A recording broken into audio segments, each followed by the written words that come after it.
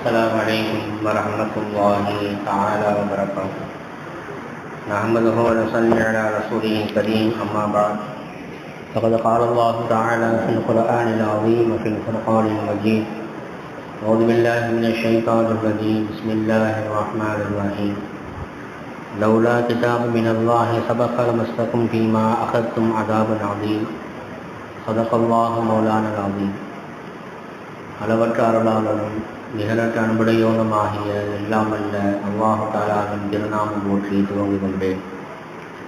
சலாத்தும் சலாமும் ஈருலகத்தின் பெருமானார் முஹம்மது முஸ்தபா அஹமதே முஜிதபா ரசூலே கரீம் ஸல்லல்லாஹு அலைஹி வஸல்லம் அவர்களின் மீதும் அன்னாரின் நடிச்சுவற்றை அப்படியே பின்பற்றி வாழ்ந்த உத்தம சத்திய சஹாபாக்கள், தாபியீன்கள், தபா தாபியீன்கள், அவுலியாக்கள், சுஹதாக்கள், சாலிஹீன்கள், நல்லோர்கள், குறிப்பாக நம் அனைவரின் மீதும் அல்லாஹுடைய ரஹ்மத் என்னும் கிருபை என்றென்று நிலவட்டுமாக. ஆமீன். கண்ணியமிக்க அல்லாஹ்வின் அடியார்களே, மேலான பெரியார்களே, சகோதரர்களே, சகோதரிகளே, தாய்மார்களே, அல்லாஹ் சுப்ஹானஹு வ தஆலாவுடைய மாபெரும் கிருபையினால் புனிதமிக்க ரமலானுடைய மாதத்தின் 17வது தராவீஹை நாம் நிறைவு செய்திருக்கின்றோம். அல்ஹம்துலில்லாஹ். எல்லா புகழும் அல்லாஹ்வுக்கு. கண்ணியமிக்க அல்லாஹ்வின் அடியார்களே, ஒவ்வொரு வருடமும் ரமலான் பிறை 17இல் பத்ர் சஹாபாக்களை நினைவு கூர்ந்து நாம் வருகிறோம். ரமலான் மாதம் மட்டுமல்ல, நம்ம இஸ்லாமிய சமுதாய மக்களில் அதிகமான நபர்கள் ஒவ்வொரு மாதமும் பிறை 17 அன்று பத்ர் சஹாபாக்களுடைய அந்த பெயர்களை வாசித்து அவர்களுக்கென்று திக்ருகளை செய்து ஏழை எளிய மக்களுக்கு உணவளிக்கக்கூடிய தனவந்தர்களும் நமது சமுதாயத்திலே உண்டு என்பதை நாம் தெரிந்து கொள்ள வேண்டும். ஏதோ வருடத்திற்கு ஒரு முறை பிறை 17 அன்று பத்ர் சஹாபாக்களை நினைவு கூர்ந்தோம், பிறகு சென்று விட்டோம் என்று இல்லாமல், அந்த பத்ர் சஹாபாக்கள் இல்லை என்று சொன்னால் இப்படிப்பட்ட ஒரு சூழ்நிலையை நாம் யோசித்து பார்க்க வேண்டும். 313 சஹாபாக்கள் மட்டும் அந்த களத்திலே இறங்கி அவர்கள் போரிடவில்லை என்று சொன்னால் இன்று நமக்கு முஸ்லீம் என்கிற பெயரே கிடையாது. நாம் எந்த நேரத்தில் எந்த ஊரில் எங்கே இருப்போம் நம்ம சொல்ல முடியாது. அவர்களின் மூலமாக ஈமானுடைய பாக்கியம் நமக்கு கிடைத்திருக்கிறது. இவர்களுடைய பெயர்களை இவர்களுடைய நினைவாக ஒவ்வொரு மாதத்தினுடைய பிறை 17 அன்றும் நாம் என்ன செய்ய வேண்டும்? அவர்களுடைய பெயரை வாசிக்க வேண்டும். அவருடைய பெயர்களை வாசிப்பதே மிகப்பெரிய ஒரு பரக்கத் நமக்கு.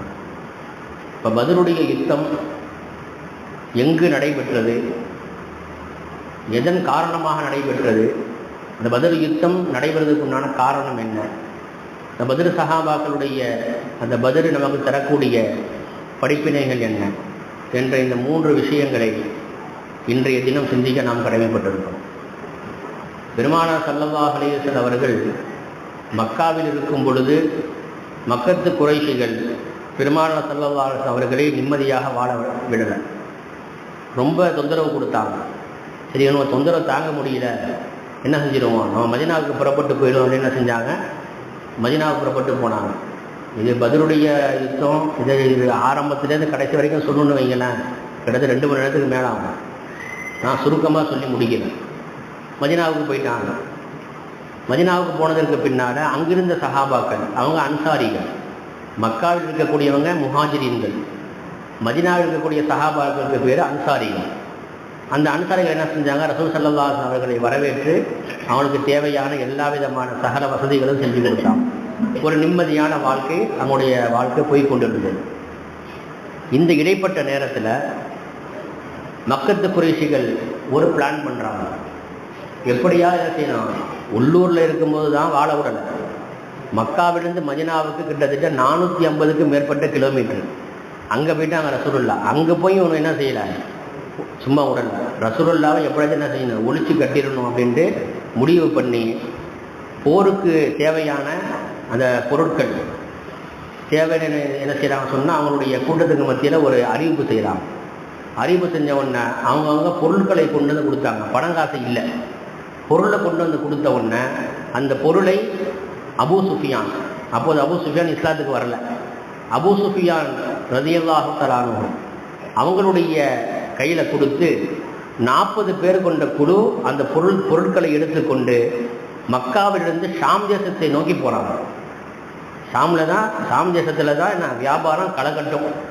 நம்ம சந்தைன்னு சொல்கிறோம்ல, அது மாதிரி ஷாம் தேசத்தில் தான் நிறைய வியாபாரம், பலவிதமான வியாபாரங்கள், நல்ல வியாபாரம், நல்ல என்ன கொள்முதல் பண்ணிட்டு நம்ம வரலாம். அது மாதிரி என்ன செஞ்சாங்க, அபூ சுஃபியான் அவர்களுடைய தலைமையில் 40 பேர் கொண்ட குழு, வணிக குழு புறப்பட்டு போகுது. இந்த செய்தி பெருமானார் ஸல்லல்லாஹு அலைஹி வஸல்லம் அவங்களுக்கு கிடைத்தவுடன் அவங்க என்ன செஞ்சாங்கன்னு சொன்னால், அவர்கள் ஒரு 3 இடங்களில் அவங்க முகாமிட்டாங்க. நபி ஸல்லல்லாஹு அலைஹி வஸல்லம் அவர்கள் அந்த வணிக குழு அவங்க எதுக்காக போகிறாங்க, போய் வியாபாரம் செஞ்சு பணங்காசுகளை ஈட்டி எதுக்காக என்ன செய்யணும், ரசூலுல்லாவையும் அவங்களுடைய கூட்டத்தார என்ன செய்யணும், ஒழிப்பதற்காக வேண்டிய ஒரு கூட்டம் போயிருக்கு. அதுக்காக என்ன செய்கிறாங்க, பணங்காசனை வாங்கி கொண்டு அதுக்கு உண்டான ஆயுதங்களை வாங்கி கொண்டு வரணும் அப்படின்னு போயிருக்காங்க. அப்போ அவர்களை தடுப்பதற்காக வேண்டி பெருமானார் ஸல்லல்லாஹு அலைஹி வஸல்லம் அவர்கள் ஒரு 3 இடங்களை என்ன செஞ்சாங்கன்னு சொன்னால் அவங்க முகாமிட்டாங்க. அந்த 3 இடங்கள் என்ன சொன்னால், அல் அபுவா என்ற ஒரு இடமும், புவாத் என்று சொல்லக்கூடிய இடமும், அல் உஷைரா இந்த 3 இடத்துல என்ன செஞ்சாங்க, சஹாபாக்கள் கூடாரம் விட்டு தங்கினாங்க, வரக்கூடிய அந்த வணிக குழுவை தடுத்து நிறுத்தணும் என்று. அபூ சுஃபியான் இருக்கார் பார்த்தீங்களா, மூலக்காரர், பிளான் பண்ணுறதுல ரொம்ப மிகப்பெரிய கில்லாடி. அப்போ அபூ சுஃபியான் என்ன செஞ்சாங்கன்னு சொன்னால், பெருமானார் ஸல்லல்லாஹு எப்படி தகவல் போயிருக்கும், நம்மளை எப்படி தடுத்துருவாங்க அப்படின்ட்டு அவங்க ரூட்டை மாற்றிட்டாங்க. ரூட்டை மாற்றி என்ன செஞ்சிட்டாங்க, இப்போ நம்ம என்ன செய்ய, நேர் ரூட்டு வரதோட பைபாஸில் போகிறது தெரியுமா, அது மாதிரி என்ன செஞ்சிட்டாங்க, திரும்பி ரிட்டர்ன் வரும்பொழுது ஷாமிலிருந்து மக்காவுக்கு நேரடியாக வராமல் ஷாமில் என்ன செஞ்சாங்க, அப்படியே சுற்றி வந்துட்டாங்க. ஆனால் இங்கிருந்து ஒரு படை புறப்படுது, எங்கேருந்து மக்காலிருந்து அபூ ஜஹிலுடைய தலைமையில் ஒரு படை என்ன செய்யுது, புறப்பட்டு ரசூல் ஸல்லல்லாஹு அலைஹி வஸல்லம் சண்டை போட்டே ஆகணும்னு என்ன செய்யலாம், கங்கணம் கட்டிட்டு கிளம்புறான். கங்கணம் கட்டிட்டு என்ன செய்யலாம், அபூ ஜஹில் கிளம்புறான். உடனே அபூ சுஃபியான் அங்கேருந்து செய்தி சொல்கிறாங்க, நாங்கள் ரசூலுல்லாவுடைய அந்த கூட்டத்தில் நாங்கள் மாட்டல, நாங்கள் தப்பிச்சு வந்துட்டோம் அப்படின்னு செய்தி கேட்டதற்கு பிறகும் கூட நான் முடியவே முடியாது, இன்னைக்கு சண்டை போட்டே ஆகணும் அப்படின்னு என்ன செஞ்சுட்டான், அபூ ஜஹில் புறப்பட்டு வர்றான். புறப்பட்டு வரும்பொழுது கரெக்டாக என்ன செய்கிறாங்க, அந்த பத்ர் என்று சொல்லக்கூடிய ஒரு கிணறு, அதாவது மதினாவுக்கும் மக்காவுக்கும் இடையே இருக்கக்கூடிய, மதினாவிலிருந்து தென்மேற்கே 146 கிலோமீட்டர் தொலைவில் இருக்கக்கூடிய ஒரு கிணறுக்கு பேர் தான் அந்த பத்ர் அப்படிங்கிறது பேர். அந்த கிணறை யார் தோண்டினா அப்படின்னா, பத்ர் இப்னு நாரீன் என்பவர் அந்த கிணறை தோண்டினார்.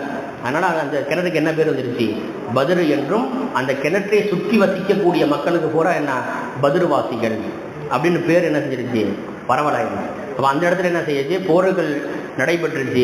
அல்லாஹ் சுப்ஹானஹு வ தஆலா பெருமானார் ஸல்லல்லாஹு அலைஹி வஸல்லம் அவர்கள் அன்று இரவு, அதாவது இந்த 14ஆம் இரவு அல்லாஹ்ட்ட துவா செஞ்சாங்க. என்ன துவா செஞ்சாங்க, அல்லாஹும்ம இன் துஹ்லிக ஹாதல் இஸாபா, யா அல்லாஹ் இந்த சிறிய கூட்டம், இந்த சிறிய கூட்டத்தை நீ அழித்து விட்டால், மின் அஹ்லில் இஸ்லாம், இஸ்லாத்தில் இருக்கக்கூடிய இந்த சிறிய கூட்டத்தை, வெறும் 313 சஹாபாக்கள் தான் இருக்கிறாங்க, இவங்களை நீ அழித்து விட்டால், லா தஅபுது ஃபில் அர்த், இந்த பூமியில உன்னை வணங்குவதற்கு யாருமே இருக்க மாட்டாங்க என்று என்ன செய்யறாங்க, ரசூல் ஸல்லல்லாஹு அலைஹி வஸல்லம் அன்று இன்று இரவு 17ஆம் இரவு துவா செய்யறாங்க.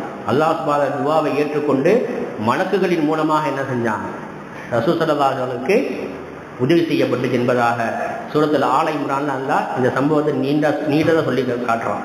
அதே போல சூரத்துல் அன்ஃபால்லையும் இந்த பத்ருடைய சம்பவங்களை பற்றி மிகவும் விரிவாக சொல்லப்பட்டிருக்கு. அல்லாஹ் சுப்ஹானஹு வ தஆலா மலக்குகள் மூலமாக என்ன செஞ்சான், உதவி செஞ்சான். இந்த இடையில ஒரு செய்தி என்னன்னு சொன்னா, பத்ர் சஹாபாக்கள் சிறந்தவங்களா இல்லை அந்த பத்ரில் கலந்து கொண்ட மலக்குகள் சிறந்தவர்களா என்று ஜிப்ரீல் அலைஹிஸ்ஸலாத்து வஸ்ஸலாம் அவர்கள் பெருமானார் ஸல்லல்லாஹு அலைஹி வஸல்லம் கேட்குறாங்க. இப்போ நபிகள் நாயகம் ஸல்லல்லாஹு அலைஹி வஸல்லம் சொல்றாங்க, பத்ரிலே கலந்து கொண்ட சஹாபாக்கள் தான் மிகவும் உயர்ந்தவர்கள், மற்ற சஹாபாக்களை விட பத்ரிலே கலந்து கொண்ட சஹாபாக்கள் தான் மிக உயர்ந்தவர்கள், அந்தஸ்தில் உயர்ந்தவங்க. ஏன் அந்தஸ்தில் உயர்ந்தவங்கன்னு சொன்னால், அல்லாஹ் சுப்ஹானஹு வ தஆலா அவர்களுடைய பாவத்தை மன்னித்தது மட்டுமல்ல, இனிமே அவர்கள் பாவம் செய்தாலும் அது பாவமாக கருதப்படாது. அந்த அளவுக்கு அந்த அல்லாஹ் என்ன செஞ்சிட்டான், இந்த பத்ரிலே கலந்து கொண்ட 313 சஹாபாக்களுக்கும் மிகப்பெரிய ஒரு சர்டிஃபிகேட் அல்லாஹ் கொடுத்துட்டான். இதுக்கு பிறகு நீங்கள் பாவம் செஞ்சாலும் அது பாவத்திலேயே சேராது. அந்த அளவுக்கு மிகப்பெரிய ஒரு அந்தஸ்து. பிறகு ஜிப்ரீல் அலைஹிஸ்ஸலாம் சொன்னாங்க, மற்ற மலக்குமார்களை விட பத்ர் போரிலே கலந்து கொண்டான மலக்குமார்கள் அவங்க மற்ற மலக்குகளை விட சிறந்தவங்க, உயர்ந்தவர்கள் என்பதாக சொன்னாங்க. அப்போ பெருமானார் ஸல்லல்லாஹு அலைஹி வஸல்லம் அவர்கள் என்ன செஞ்சாங்க, அந்த பத்ருடைய போரில் கலந்தாங்க. அல்லாஹ் சுப்ஹானஹு என்ன செஞ்சான், மிகப்பெரிய வெற்றியை கொடுத்தான். அப்போ இந்த வெற்றி என்பது பெருமானார் ஸல்லல்லாஹு அலைஹி வஸல்லம் அவங்கள்ட்ட வந்து இருந்தது வந்து 2 குதிரை, 70 ஒட்டகம், மீதி இருக்கக்கூடியவங்கள்லாம் யாரு, காலாட்படையினர்கள், இவங்க தான் மொத்தமே. ஆனால் எதிரியை பக்கம் பார்த்தோம்னா 900லேருந்து 1000 வரைக்கும், 900லேருந்து 1000 வரைக்கும், அப்படியே டபுள் மடங்கு இருந்தாங்க. இவங்க 313 பேர் தான், அவங்க டபுள் மடங்கு இருந்தாங்க. பெருமானார் ஸல்லல்லாஹு அலைஹி வஸல்லம் துஆவனால அல்லாஹ் என்ன செஞ்சான், மலக்குமார்கள் மூலமாக உதவி செய்யப்பட்டு வெற்றி கொள்ளப்பட்டது. அதில் எதிரிகளில் 70 பேர்கள் கொல்லப்பட்டாங்க, 70 பேர்கள் சிறைபிடிக்கப்பட்டாங்க. அது நம்ம இஸ்லாமியர்கள் சஹாபாக்கள்ல 14 சஹாபாக்கள் என்ன செஞ்சாங்க சொன்னா வீரமரணம் அடைஞ்சாங்க. அதில் முஹாஜிரீன்கள் 6 பேர், அன்சாரிகள் 8 பேர், மொத்தம் 14 சஹாபாக்கள் இதில் ஷஹீதாக ஆனாங்க. அல்லாஹ் சுப்ஹானஹு வ தஆலா இந்த பத்ர் போரின் மூலமாக நமக்கு கிடைக்கக்கூடிய படிப்பினைகளை சொல்லும் பொழுது 10 விதமான படிப்பினைகளை நமக்கு சொல்கிறாங்க. அதில் முதலாவது, அல்லாஹ்வுக்கும் தூதருக்கும் முதல்ல நம்ம முக்கியத்துவம் கொடுக்கணும். சஹாபாக்கள் என்ன செஞ்சாங்க, ரசூல் ஸல்லல்லாஹு அலைஹி வஸல்லம் இது மாதிரி ஒரு இக்கட்டான ஒரு சூழ்நிலை, நீங்கள் என்ன செய்யணும், புறமுது விட்டு ஓடிடக்கூடாது அப்படின்னு என்ன செஞ்சாங்க ரசூலுல்லாஹ் சஹாபாக்கள்கிட்ட கேட்குறாங்க, இது மாதிரி ஒரு சூழ்நிலை இருக்குது, நீங்கள் போர் செய்ய தயாரா அப்படின்னு. அப்போ சஹாபாக்கள்லாம் சொன்னாங்க, மூசா அலைஹிஸ்ஸலாத்து வஸ்ஸலாம் அவர்கள் அவர்களுடைய கூட்டத்தார்கள் மூசா அலைஹிஸ்ஸலாத்து வஸ்ஸலாம் அவங்கள்ட்ட சொன்னதை போல நாங்கள் உங்கள்கிட்ட சொல்லிடுவோம், நீங்கள் பயப்படுறீங்களா? மூசா அலைஹிஸ்ஸலாம் கூட்டம் என்ன சொன்னாங்க, அந்த எதிரி யார், ஃபிரௌனுடைய கூட்டம் எதிரி படம் வருது, மூசா அலைஹிஸ்ஸலாமுடைய கூட்டத்தில் கூடவே இருக்கிறாங்க பார்த்தீங்களா, சில நேரத்தில் கட்டி விட்டு ஓடிடுவான். அவன் என்ன சொன்னான் தெரியுமா, நீனும் உன் அல்லாஹ்வும் போய் சண்டை போடு, நாங்கள் இங்கேயே உட்காந்துக்கிறோம்ட்டான். நீனும் உன் அல்லாஹ்வும் போய் சண்டை போடு, நான் இங்கேயே உட்காந்துக்கிறேன். அது மாதிரி நாங்கள் சொல்லிடுவோம் அப்படின்னு நினைக்கிறீங்களா? இல்லை, இறுதி வரைக்கும் உங்களுக்கு முன்னும் பின்னும் வலதும் இடதும் நாங்கள் நின்று உங்களுக்காக என்ன செய்யும், உங்களுக்காகவும் அல்லாஹ்வுக்காகவும் ரசூலுக்காகவும் நின்று நாங்கள் போடுவோம். என்ன செஞ்சாங்க, அல்லாஹ்வுக்கும் ரசூலுக்கும் முக்கியத்துவம் கொடுத்தாங்க சஹாபாக்கள். இப்படி ஒவ்வொன்றுக்கும் நிறைய விளக்கங்கள் இருக்கு, நான் சுருக்கமாக சொல்லி முடிக்கிறேன். 2வது, வெற்றியை என்ன செஞ்ச, பெற்று தந்த துவா. ரசூல் ஸல்லல்லாஹு அலைஹி வஸல்லம் துவா செஞ்சாங்கல்ல, அந்த துவா மூலமாக என்ன செஞ்சிச்சு, வெற்றி கிடைக்கும். 3வது, வெற்றிக்கு காரணமான அவர்களுடைய அந்த ஈமானுடைய பலம். 4வது, அவர்களுக்கு மற்றும் அவுஸ் ஹஜரத் என்று சொல்லக்கூடிய கூட்டத்தார்கள் மதீனாவில் வாழ்ந்தாங்க. பரம்பரையாக சண்டை போட்டுட்டு இருந்தவங்க, சின்ன சின்ன விஷயத்துக்காக என்ன செய்வாங்க, சண்டை போட்டுக்குவாங்க. அவுஸ் ஹஜரத்னு 2 கூட்டம். என்ன பிரச்சனை அப்படின்னு சொன்னால், இவங்க வீட்டு ஒட்டகம் அவங்க வீட்டு ஒட்டகத்தை அவங்க வீட்டில் போய் என்ன செஞ்சிடும், தண்ணி குடிச்சிடும். இல்லை அவங்க வீட்டில் இருக்கக்கூடிய கோழி குஞ்சு இவங்க வீட்டில் வந்து என்ன செஞ்சிடும், தண்ணி குடிச்சிடும். அதுக்கு சண்டை. அவர் தகப்பனார் வஃபாத்தாகக்கூடிய கடைசி நேரத்தில் வசீது செய்வாராம். என்ன வசீது தெரியுமா, எல்லா பையனையும் அழைச்சி கிட்ட உட்கார வச்சு வசீது செய்வாராம். இது மாதிரி பக்கத்து வீட்டுக்காரன் அவன்ற ஒட்டகம் நம்ம இதில் வந்து என்ன செய்ய தண்ணி குடிச்சிருச்சு, இன்ன வரைக்கும் நான் சண்டை போட்டுட்டு இருந்தேன், இனி அடுத்து நீ என்ன செய்யணும், இதை நீ தொடர்ந்து செய்யணும். ஏதோ நல்ல காரியம் மாதிரி என்ன செய்கிறாரு, வசீது செய்கிறாரு.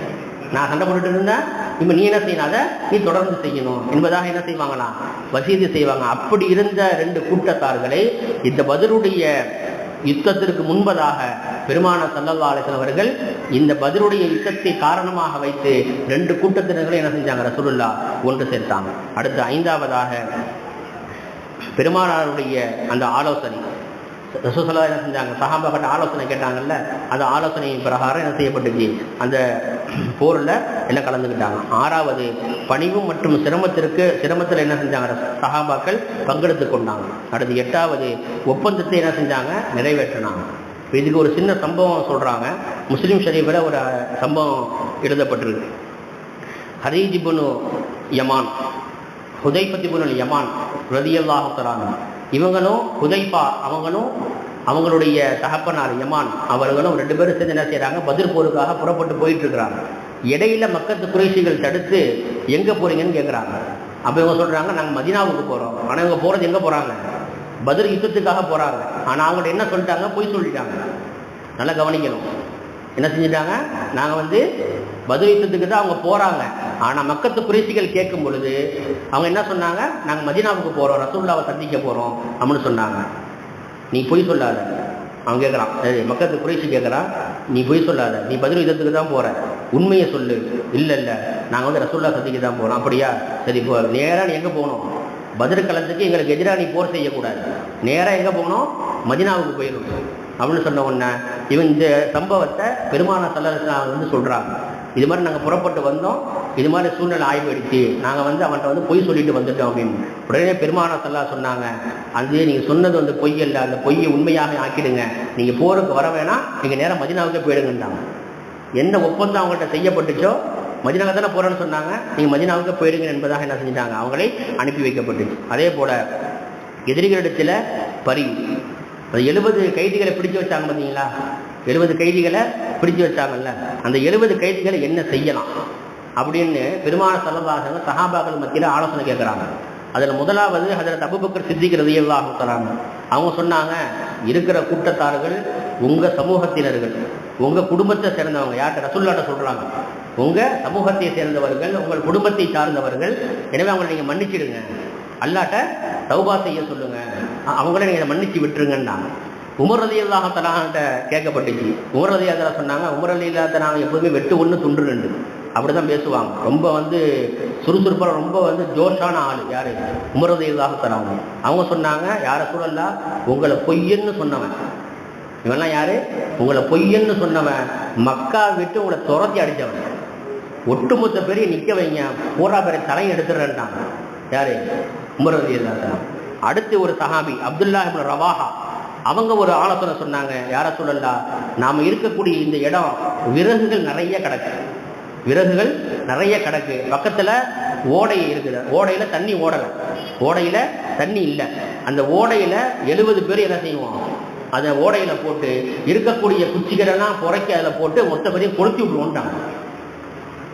3 பேர் 3 ஆலோசனை சொன்னாங்களா. இதற்கு பெருமானார் ஸல்லல்லாஹு அலைஹி வஸல்லம் அவர்கள் எப்படி பதில் சொல்றாங்கன்னு பாருங்க. முதலாவதாக யார் ஆலோசனை சொன்னா? அபூபக்கர் சித்திக் இல்லாத ஆலோசனை சொன்னாங்க. என்ன ஆலோசனை சொன்னாங்க?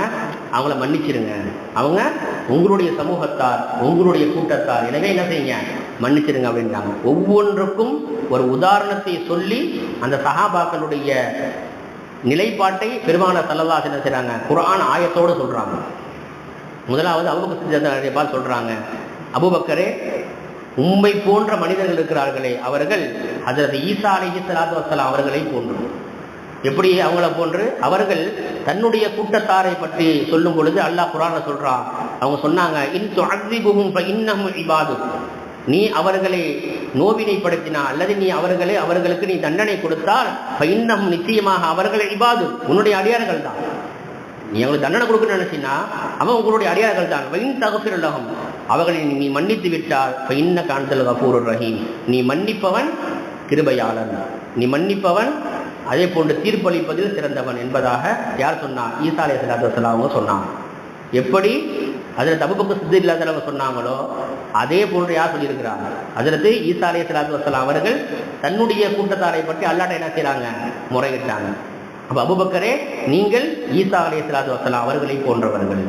ரெண்டாவது யாரு? உமர் ரலியல்லாஹு அன்ஹு. நல்ல கராரான பேச்சு, நல்ல கராரான பேச்சு, மொத்த பெரிய தலை வெட்டிடுவோம்ட்டாங்கல்ல, அவங்களுக்கு சொல்றாங்க. நீங்க யார் சொன்னா? ஹஜ்ரத் மூசா அலைஹிஸ்ஸலாத்து வஸ்ஸலாம் அவர்களை போன்று. உமரே, நீங்க யார் தெரியுமா? நீங்க மூசா அலைஹிஸ்ஸலாத்து வஸ்ஸலாம் அவர்களை போன்று. எப்படி மூசா அலைஹிஸ்ஸலாத்து செஞ்சாங்க?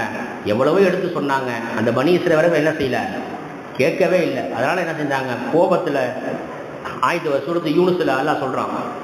யார் சொல்றா? மூசா அலைஹிஸ்ஸலாம் சொன்னாங்க, ரப்ப நத்மிஸ் அலா அம்வாலிஹிம் வஷ்ஜுத் அலா குலூபிஹிம், அவங்களுடைய பொருளாதாரத்தை பூரா நீ அழிச்சிடு, பொருளாதார பூரா அழிச்சிடு, நீ அழிச்சிட்டு வஷ்ஜுத் அலா குலூபிஹிம், அவங்களுடைய உள்ளத்துல கடினத்தன்மையை நீ போட்டு, அவங்களுடைய உள்ளத்துல நீ கடுமைத்தன்மையை போட்டு, பலா யுக்மினு ஹத்தா யரவுல் அஸாபல் அலீம், நேரடியாக வேதனையை பார்க்காமல் அவன் ஒருபோது என்ன செய்ய மாட்டான், மூமினாகவே ஆக மாட்டான் என்பதாக யார் சொன்னான்? ஹஜ்ரத் மூசா அலைஹிஸ்ஸலாத்து வஸ்ஸலாம் அவர்கள் தன்னுடைய கூட்டத்தார்களை பார்த்து சொன்னதை அல்லாஹ் என்ன செய்யறான்? சூரத்து யூனுஸ்ல சொல்லி காட்டுறான். இப்போ இது போன்று உமர் ரலியல்லாஹு தஆலா, உமரே நீங்க வந்து யார் மாதிரி?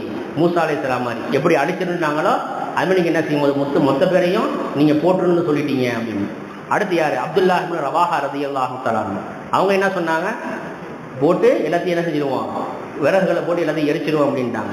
இவங்க யாருன்னு சொன்னா, ஹஜ்ரத் நீங்க அப்துல்லாவே, நீங்க வந்து நூஹ் அலைஹிஸ்ஸலாத்து வஸ்ஸலாம் அவங்களை போன்றவர்கள்.